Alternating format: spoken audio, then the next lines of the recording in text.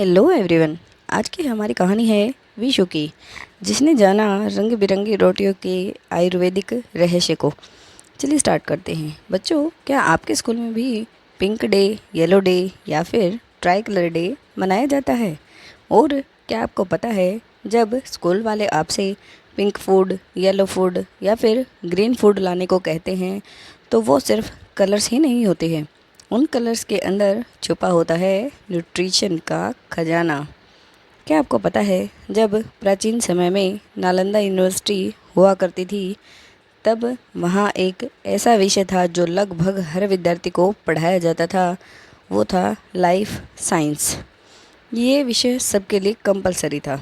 मतलब अपने शरीर को समझना, क्या खाना चाहिए, कैसे खाना चाहिए, कौन सा खाना शरीर को ताकत देता है और कौन सा खाना पढ़ाया जाता था। और आयुर्वेद के छोटे छोटे नियम हर बच्चे को सिखाए जाते थे।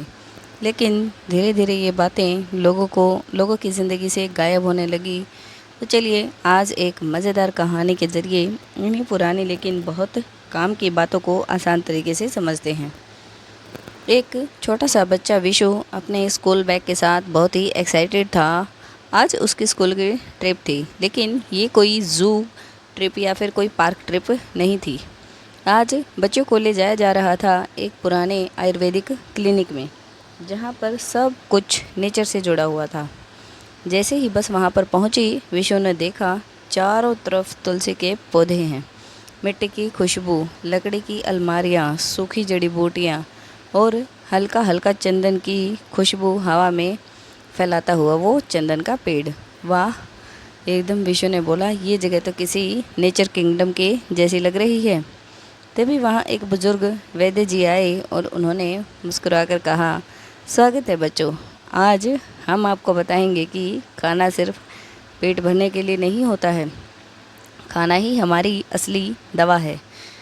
और वैद्य जी बच्चों को एक बड़े कमरे में ले गए। वहाँ रखी थी बहुत बड़ी मेज़ और उस पर रखी हुई थी अलग अलग रंगों की रोटियाँ, जैसे हरी, गुलाबी, पीली, भूरी, सफ़ेद, यहाँ तक कि हल्की पर्पल रोटी भी वहाँ पर रखी हुई थी। तभी विशु की आंखें बिल्कुल गोल हो गई। इतनी सारी रोटियाँ! वैद्य जी हंस पड़े और बोले, हाँ बेटा, रोटियाँ सिर्फ गेहूँ की नहीं होती हैं। चलो आज मैं तुम्हें बताता हूँ कितने तरह की रोटियाँ हो सकती हैं। सबसे पहले उन्होंने हरी रोटी उठाई। ये है पालक की रोटी। इसमें आयरन होता है जो शरीर में खून बनाने में आपकी मदद करता है, और फाइबर होता है जो पेट को साफ रखने में आपकी मदद करता है।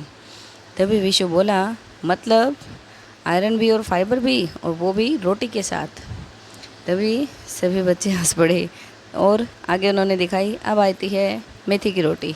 ये डाइजेशन के लिए बहुत। फिर उन्होंने दिखाई धनिया की रोटी। धनिया सिर्फ सजावट के लिए ही नहीं है बच्चों। धनिया शरीर को ठंडक देता है और गर्मियों में बहुत ही ज़्यादा फ़ायदेमंद होता है। तो धनिया की रोटियां भी आपके शरीर को ठंडक देती हैं। उसके बाद उन्होंने दिखाई पिंक कलर की रोटी। ये है चुकंदर की रोटी। विशु बोला, वाह, पिंक रोटी! इसमें नेचुरल कलर होता है, कोई भी आर्टिफिशियल फूड कलर नहीं है बच्चों। चुकंदर शरीर में ब्लड बनाने में आपकी मदद करता है। और फिर उन्होंने दिखाई आलू की रोटी। आलू सिर्फ टेस्ट नहीं देता है, ये आपको एनर्जी भी देता है। और इसकी रोटियां बहुत लंबे टाइम तक सॉफ्ट भी रहती हैं। जब बच्चे खेलते हैं, दौड़ते हैं, तो शरीर को कार्ब्स चाहिए होते हैं, और आलू हमें वो सब देता है। तब उन्होंने दिखाई बाजरे की रोटी, जो कि थी ग्रे कलर की। सर्दियों में इसे खूब खाया जाता है। इसकी तासीर थोड़ी सी गर्म होती है, तो फाइबर बहुत ज़्यादा होता है और ये शरीर को ताकत भी देती है। फिर उन्होंने दिखाई पीली रोटी, यानी मक्के की रोटी। पंजाब में तो इसे बहुत प्यार से खाया जाता है। ये शरीर को एनर्जी देती है और पेट बहुत देर तक आपका भर के रखती है। तभी विशु बोला, सरसों के साग वाली? तभी वैद्य जी हंसे और बोले, हाँ बिल्कुल वही रोटी। और उसके बाद उन्होंने दिखाई जवार की हल्की रोटी। जवार की रोटी हल्की होती है, गर्मियों में बहुत अच्छी मानी जाती है। ये डाइजेशन को आसान बनाती है। और फिर उन्होंने दिखाई सोयाबीन की रोटी।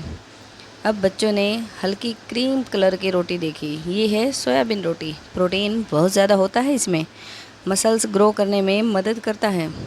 और तभी विशु को याद आया, मतलब जिम वाली रोटी वैद्य जी? तब उन्होंने कहा हाँ, लेकिन नेचुरल तरीके से।